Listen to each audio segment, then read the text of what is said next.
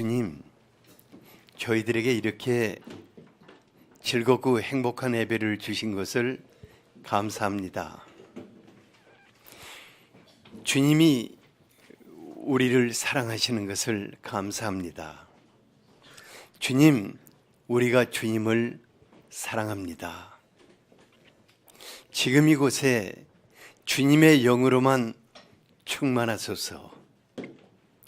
성령 하나님의 감동 속에 우리가 주님을 뵙고 주님으로 인해서 기뻐하고 즐거워하는 그런 감격스러운 예배가 되기를 원합니다. 혹 주님과 우리 사이에 거치는 것이 있다면 거룩한 보혈로 씻어버리시고 정결케 하시옵소서. 주님의 그 십자가가 주님과 우리를 하나 되게 합니다. 주님, 우리 안에, 우리 주님 안에 같이 있는 축복된 예배가 되기를 원합니다. 지금 우리에게 말씀하여 주시옵소서. 우리가 그 말씀으로 살겠습니다.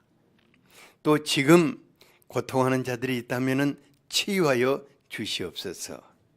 이 예배가 기쁨이 넘치는 예배가 되기를 원합니다.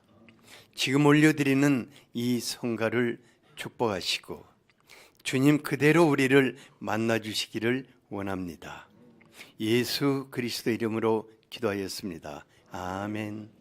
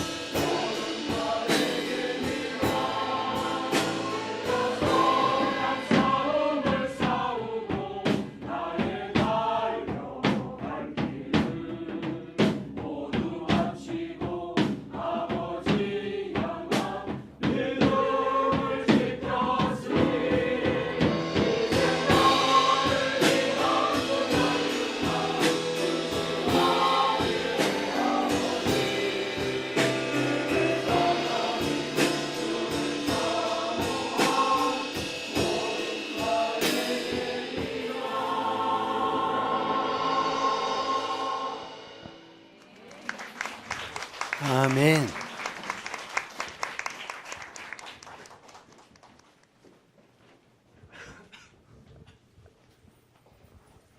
오늘의 말씀입니다. 출애굽기 3장 1절에서 12절입니다. 다 함께 읽겠습니다. 모세가 그의 장인 미디안 제사장 이드로의 양떼를 치더니 그 떼를 광야 서쪽으로 인도하여 하나님의 산 호렙에 이르매 여호와의 사자가 떨기나무 가운데로부터 나오는 불꽃 안에서 그에게 나타나시니라. 그가 보니 떨기나무에 불이 붙었으나 그 떨기나무가 사라지지 아니하는지라. 이에 모세가 이르되 내가 돌이켜 가서 이 큰 광경을 보리라. 떨기나무가 어찌하여 타지 아니하는고 하니 그때에 여호와께서 그가 보려고 돌이켜 오는 것을 보신지라.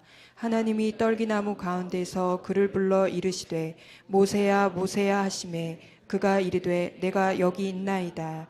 하나님이 이르시되 이리로 가까이 오지 말라. 내가 선 곳은 거룩한 땅이니 내 발에서 신을 벗으라. 또 이르시되 나는 내 조상의 하나님이니 아브라함의 하나님, 이삭의 하나님, 야곱의 하나님이니라. 모세가 하나님 배우기를 두려워하여 얼굴을 가리매 여호와께서 이르시되 내가 애굽에 있는 내 백성의 고통을 분명히 보고 그들이 그들의 감독자로 말미암아 부르짖음을 듣고 그 근심을 알고 내가 내려가서 그들을 애굽인의 손에서 건져내고 그들을 그 땅에서 인도하여 아름답고 광대한 땅, 젖과 꿀이 흐르는 땅, 곧 가나안 족속, 헷 족속, 아모리 족속, 브리스 족속, 히위 족속, 여부스 족속의 지방에 데려가 하노라. 이제 가라. 이스라엘 자손의 부르짖음이 내게 달하고 애굽 사람이 그들을 괴롭히는 학대도 내가 보았으니 이제 내가 너를 바로에게 보내어 너에게 내 백성 이스라엘 자손을 애굽에서 인도하여 내게 하리라. 모세가 하나님께 아뢰되 내가 누구이기에 바로에게 가며 이스라엘 자손을 애굽에서 인도하여 내리이까. 하나님이 이르시되 내가 반드시 너와 함께 있으리라. 내가 그 백성을 애굽에서 인도하여 낸 후에 너희가 이 산에서 하나님을 섬기리니 이것이 내가 너를 보낸 증거니라. 아멘. 아멘. 우리 임마누엘 팀이 그 새로운 장르를 열어가기 위해서 몸부림치고 있거든요. 근데 오늘 연습하는 시간에 보니까 그 있는 모습 그대로 쓰는 게 좋겠더라고요. 그래서 가운 입지 않았으면 좋겠다고 부탁을 하니까 옷이 이런데 어떻게 하냐고 그래요. 그래서 아마 주일 예배 때 입고 오는 옷이 자기 집에서 제일 좋은 걸 거예요. 그래서 그대로 쓰세요 하고 부탁했는데 앞으로 새로운 찬양의 세계를 열어갈 수 있도록 격려의 박수를 주세요.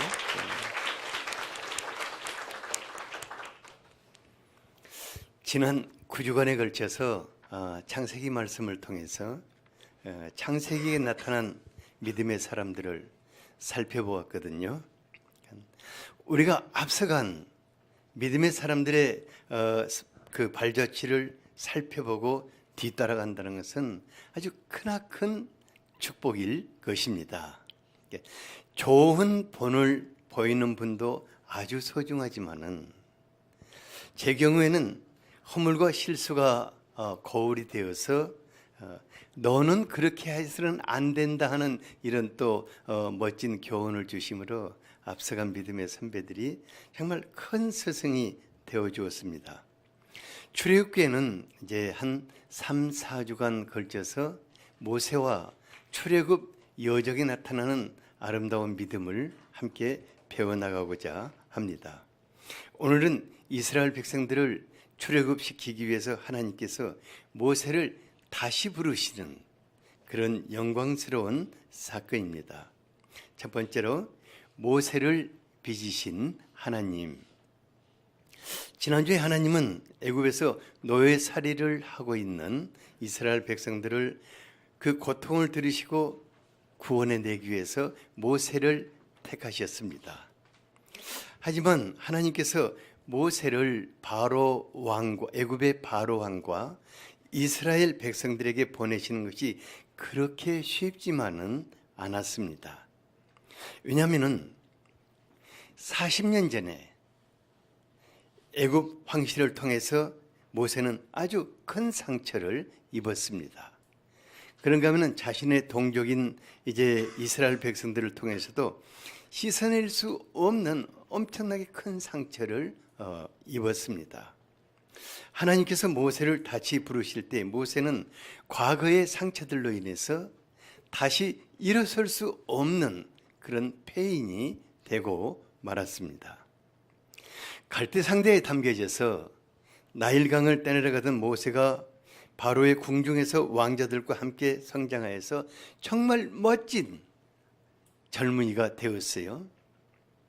당시 애굽왕 바로가 모세로 하여금 자신이 기념비적인 사업으로 아프리카와 중동 전체의 농산물을 유통시키는 새로운 도시인 미돔과 라암셋을 세우도록 하였습니다. 그러니까 엄청난 새로운 도시, 지금 같으면 신도시죠. 그 새로운 도시의 거대한 건축물들과 도시 환경을 조성하는 공사 현장에 히브리인들이 노예로 끌려와서 강제 노역을 했습니다. 바로 그곳의 총 감독이 모세였거든요. 근데 모세의 안에는 히브리인의 피가 흐르고 있었습니다. 늘 그들을 마주치고 공사 감독을 하는 가운데 어느 날부터인가 모세가 정체성 문제로 혼란을 겪다가 내가 애굽인이 아니라 히브리인인 것을 알게 되었습니다. 바로 그 무렵 그와 함께 하나님께서 모세의 마음 가운데 고통당하는 자기 백성을 구해내야 한다는 사명감을 불어 넣으셨습니다. 사도행전 7장 25절에 보면은 모세는 그 형제들인 히브리인들이 하나님께서 자신의 손을 통해서 그들을 구원해 주시리라는 것을 깨닫기를 원했다고 하였습니다. 그러니까 모세는 하나님께서 자기를 히브리 민족을 해방시킬 구원자로 부르셨다는 사명감에 불타서 히브리인들을 돕고자 하였습니다. 그런데요, 이 같은 결심을 한다는 것은 엄청난 자기 희생이 뒤따라야 했습니다. 히브리서 11장 24, 25절을 같이 한번 읽어보죠. 시작. 믿음으로 모세는 장성하여 바로의 공주의 아들이라 칭함받기를 거절하고 도리어 하나님의 백성과 함께 고난받기를 잠시 죄악의 낙을 누리는 것보다 더 좋아하고. 애굽에서 바로의 공주의 아들은 황실의 모든 특혜를 받으면서 사는 자고 또 지금도 그와 같은 영광스러운 삶을 살고 있었습니다. 그런데 모세가 자기 백성을 구원하기 위해서는 이 모든 것을 포기해야만 하였습니다. 하지만 자신의 동족인 히브리인들은 모세의 마음을 전혀 알지를 못했어요. 모세가 어느 날 애굽인이 히브리인을 채찍질하고 하는 것을 이렇게 보면서 분노감이 치솟아가지고 그 애굽인을 죽여서 모래속에 감춰버렸습니다. 그리고 그 다음 날은 또 공사장에 나가보니까 히브리인들끼리 싸우고 있는 거예요. 그래서 너무너무 가슴이 타올라서 어찌 동족들끼리 이렇게 싸우는가 하고 그들을 말렸어요. 하지만은 모든 사람들은 모세가 애굽인인 줄 알았습니다. 그리고 그에 대한 적개심이 불타서 모세가 애굽인을 살해했다고 바로의 신하에게 고발을 했어요. 그런데 당시 애굽의 국법은 살인 행위는 왕자라도 자기 목숨을 대신해야만 하였습니다. 공주의 아들인 모세, 그 사랑스럽던 모세, 그 모세가 애굽인을 살해했다는 보고를 받은 바로가 얼마나 충격에 사로잡혔을까 싶어요. 하지만은 국법을 세우기 위해서 모세를 체포하고 극청에 처하도록 명령을 내렸습니다. 모세에 큰일이 났어요. 그래서 야밤 도주를 해버렸습니다. 바로의 손이 미치지 않는 미디안으로 피해서 신분을 숨기고 40년 동안 방랑 생활을 했습니다. 그러니까 이 기간은 혈기가 가득한 모세가 완전히 죽고 온유하고 겸손한 하나님의 사람으로 빚어지는 매우 소중한 시간이었습니다. 하나님은 광석 덩어리와 같은 모세를 미디안 광야에서 하나님의 보석과 같고 아주 존귀한 사람으로 아주 기본 작업을 하신 것입니다. 하지만 모세는 자기를 거부하고 고발한 히브리인들과 자기를 죽이고자 했던 애굽 황실로부터 완전히 버림을 받은 사람이었습니다. 그리고 자기를 부르신 하나님께도 버림을 받았다는 깊은 상처를 안고 지난 40년 도피 생활을 했습니다. 4장 10절에 보니까요, 그의 마음의 상처가 얼마나 깊고 사람들과 단절한 채 살아왔기 때문에 자기는 입이 뻣뻣하고 혀가 둔한 자라고, 한마디로 말하면 말을 잃어버린 사람이라는 것입니다. 모세뿐만 아니라 하나님을 위해서 살리다가 입게 되는 상처와 고통은 마음 깊이 박혀버리기 때문에 그것을 씻어낼 수가 없습니다. 그러니까 나름 아직 때는 되지 않았지만은 나름 순수한 마음으로 자기를 쏟아 헌신했는데 공격받고 무시당하고 외면을 당할 때 그는 다시 회복할 수가 없게 되는 것입니다. 하나님의 사람들 가운데는 이와 같이 사람들과 하나님께 버림받았다는 깊은 마음의 상처를 안고 살아가는 분들이 참 많은 것 같아요. 다윗은 사울 왕의 시기심을 타서 그 충성스럽던 사람이 내쫓김을 당하고 광야에서 쫓기는 짐승같이 살았어요. 사도 바울이 예수님을 영접한 후 정말 예수를 위해서 살아야겠다고 열심을 다했는데 자기 민족으로부터 외면을 당하고 내쫓김을 당했습니다. 사실 이때는요, 자기는 마음이 불타오르지만은 아직은 자기 자신을 모르는 때입니다. 하나님이 그를 사용하기 위해서는 어떻게 빚어져야 하는가를 모르는 때인 것입니다. 그래서 한마디로 말하면 억울하고 분하고 상처투성이의 사람이 되는 것이겠죠. 하지만은 억울하고 분하지만은 그와 같은 고통이 없고 그와 같은 아픔이 없이는 거룩하고 영광스러운 하나님의 사람으로 빚어질 수가 없는 것입니다. 자기가 죽고 버림당하는 처절한 아픔과 고통이 없이는 예수 그리스도의 사람으로 빚어질 수가 없는 것입니다. 이런 고통을 통해서 혈기가 가득한 모세는 세상에서 가장 온유한 사람으로 빚어졌습니다. 또 스스로 자신을 큰 자라고 여겼던 사울이 버림당함을 통해서 아주 겸손한 바울로 빚어졌습니다. 우리 예수님의 사람들과 우리가 예수님의 사람들이 사람과 하나님께 버림을 당하고 또 고통을 당하는 과정 속에서 이와 같이 낮아지고 깎여지고 정말 자기가 없는 사람들로 빚어져 가는 것입니다. 하지만 하나님은 우리를 결코 버리지 않으시는 분이십니다.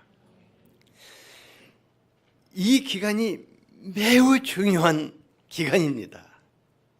오늘 제 윤재원 집사님이 저를 만나서 뭐라고 하냐면 요즘 어떻게 사냐고 그랬더니 기도하는데 하나님이 자기에게 아주 선명한 음성을 들려주셨다고 그래요. 뭐냐면 참고 기다리면 좋은 날이 오리라. 아주 이 아주 선명한 음성을 들어서 계속해서 기도하고 있다고 그래요. 그러니까 바로 그 기간이 무슨 기간이라고요?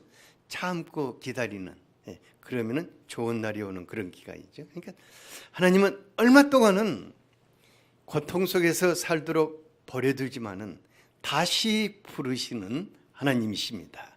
로마서 11장 29절을 같이 한번 읽어보죠. 시작. 하나님의 은사와 부르심에는 후회하심이 없느니라.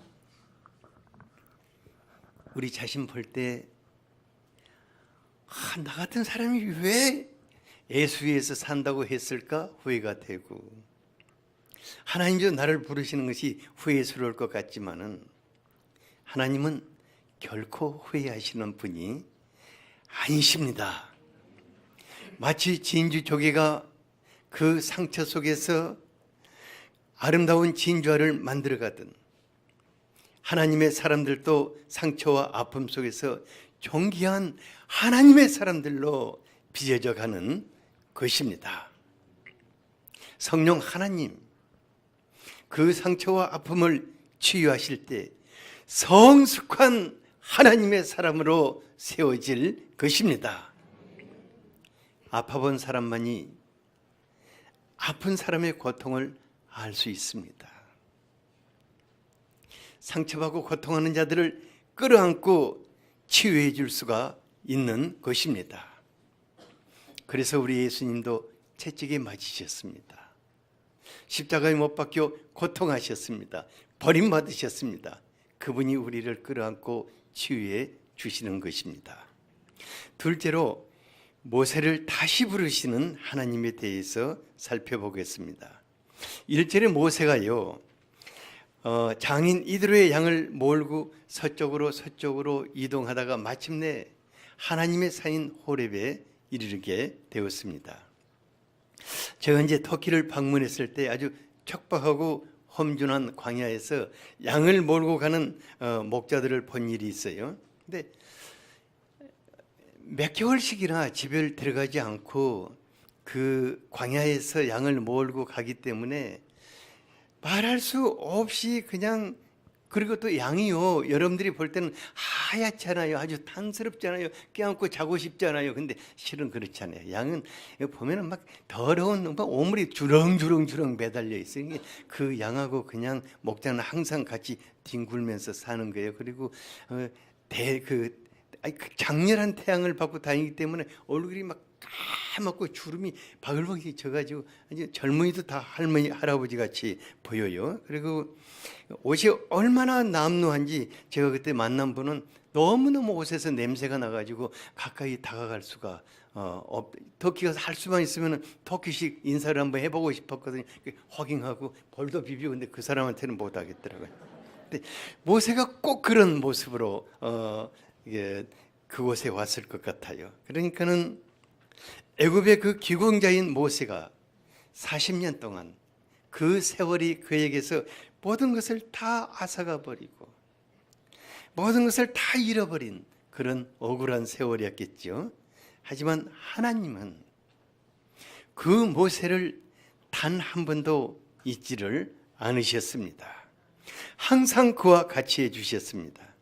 하나님은 다시 모세를 부르실 때 아주 영광스럽고 감격적인 모습으로 그를 찾아오셨습니다.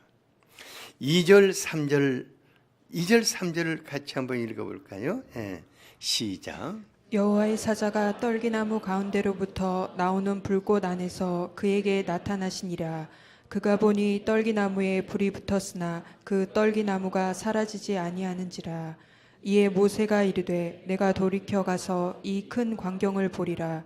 떨기나무가 어찌하여 타지 아니하는고 하니, 그때 떨기나무는 그냥 나무가 아니에요. 그냥 이 덤풀이거든요. 이렇게 가지가 많은 덤풀, 가시가 아주 많이 이런 덤풀인데, 하나님이 그 덤풀 안에서 아주 찬란하고 영광스러운 빛을 계속해서 모세에게 비춰주고 계시는 거예요. 이게 모세를 부르시는 거예요. 저게 뭐나 자기도 모르게 지금 막 모세가 이렇게 끌려가고 있죠. 바로 그때 하나님께서 그 떨기나무 안에서 모세야, 모세야 하고 모세를 부르셨습니다. 우리 하나님 놀랍게도 모세의 이름을 잊지를 않으셨습니다. 모세는 지난 40년 동안 세상에서 완전히 잊혀진 사람이었습니다. 그러니까 흐르는 세월이 모세를 완전히 그냥 묻어버렸어요. 하지만 하나님은 모세를 기억하고 계셨습니다. 그리고 그 이름을 다정하게 모세야, 모세야 하고 부르셨어요.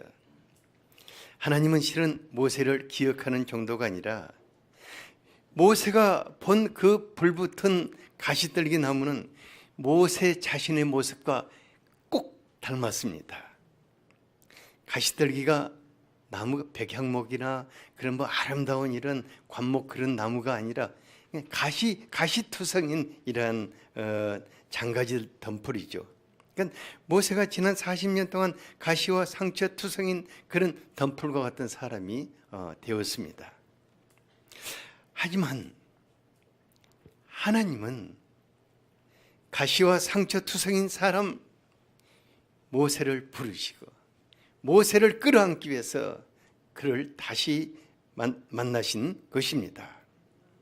어쩌면 모세가요 지난 40년 동안 죽고 싶을 때가 진짜 많았을 것 같아요. 하지만 그가 왜 죽을 수 없었을까? 거룩하신 하나님께서 그의 생명의 불꽃이 되어주셨기 때문입니다. 하나님은 마침내 모세를 거룩한 하나님의 산으로 이끌고 오셔서 다시 부르신 것입니다.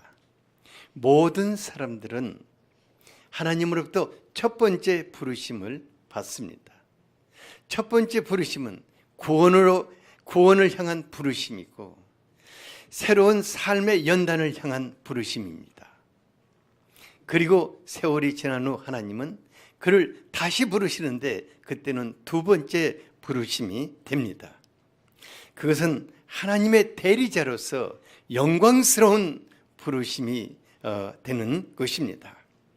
하나님께서 앙상한 가시떨기에 영광스럽고 거룩한 불로 임하신 것은 모세뿐만 아니라 여러분 모두에게 영광스러운 사건이 될 것입니다. 하나님은 모세를 부르신 후에 거룩한 성령의 불로 모세 안에서 같이하여 주셨습니다. 그 불은 모세가 삶을 마치는 순간까지 하나님을 향하는 거룩한 갈망이 그 안에 타오르게 하였습니다. 그 불은 모세가 출애굽의 사명을 마치는 순간까지 하나님의 거룩한 열정이 그 안에 끓어오르게 하였습니다. 그 불이 모세를 바로왕 앞에 세웠습니다. 그 불이 애굽 백성들에게 10가지 재앙을 내리게 하였습니다. 바로 그 불이 모세와 함께 홍해를 갈랐습니다. 바로 그 불이 광야 40년 동안 이스라엘 백성들에게 구름 기둥과 불 기둥으로 같이 하신 것입니다. 그 불은 꺼지지 않는 불입니다. 하나님이 여러분들에게 허락하신 성령의 불은 꺼지지 않는 불입니다. 그 불은 아무도 끌 수가 없습니다. 우리 자신이 나 이제 예수 안 믿을 거야 하고 해도 그 다음날 다시 예수님을 부르게 하는 불이 여러분들 안에 있는 것입니다. 그 불이 여러분들의 생애를 끝나게 할 때까지 붙잡고 가실 것입니다. 거룩하게 빚어가실 것입니다. 영광스러운 예수 앞에 서게 하실 것입니다. 제가 은퇴를 생각하면서 지난 세월 동안 이 길을 어떻게 쉬지 않고 지금까지 달려왔을까 하고 생각해 봤어요. 근데 그 길은 내가 스스로 온 길이 아니었어요. 내 안에 꺼지지 않는 그 거룩한 갈망과 열정, 그 불같은 성령께서 저를 이날까지 이끌고 오셨다는 것을 알게 되었어요.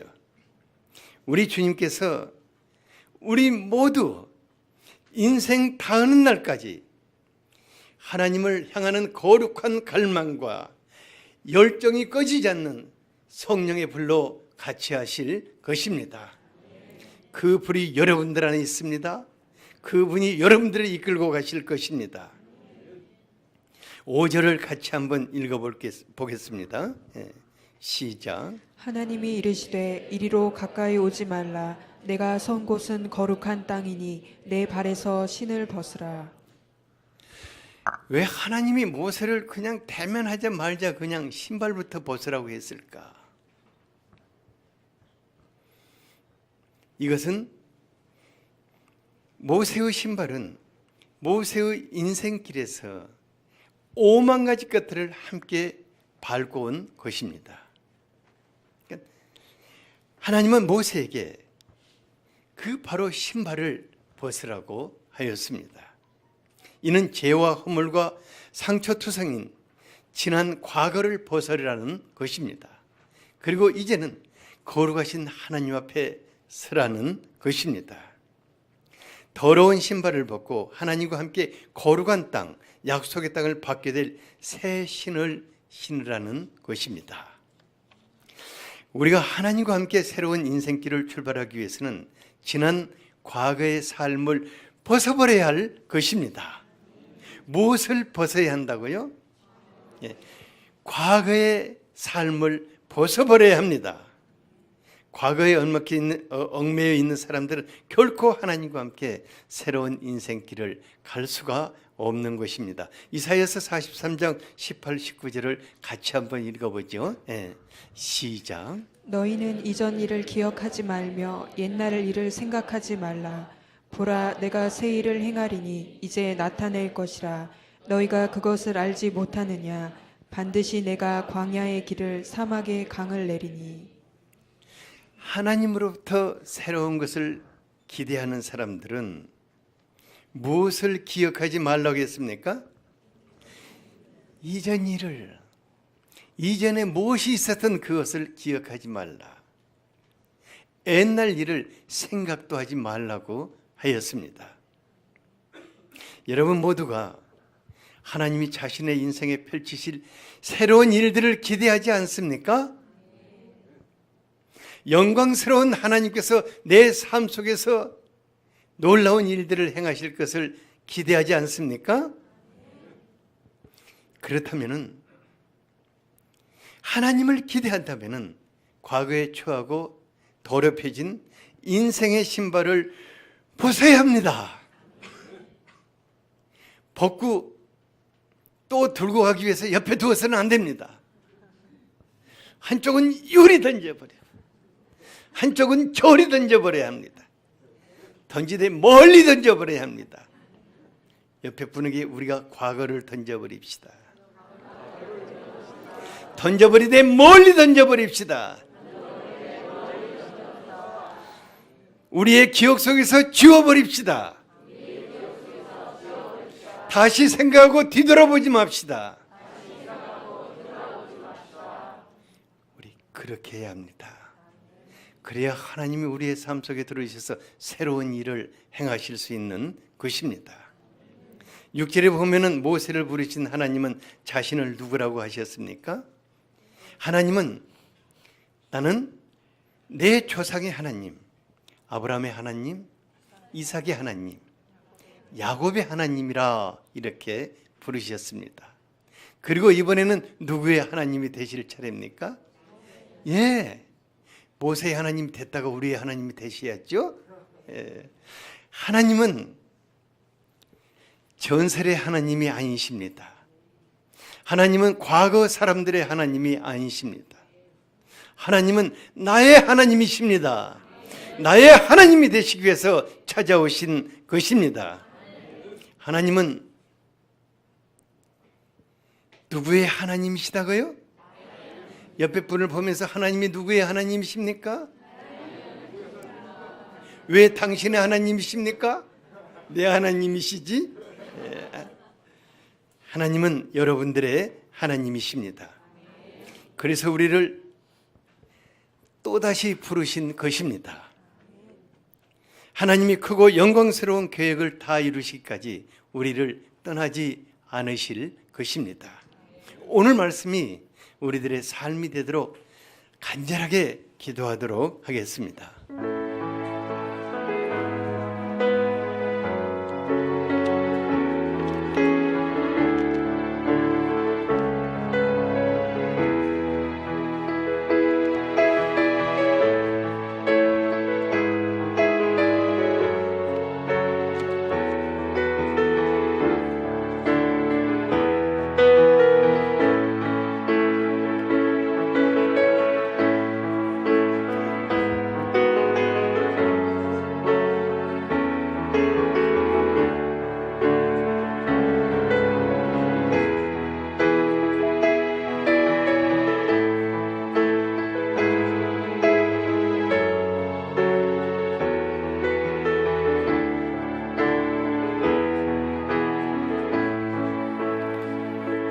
예수님 이름으로 기도하였습니다. 아멘.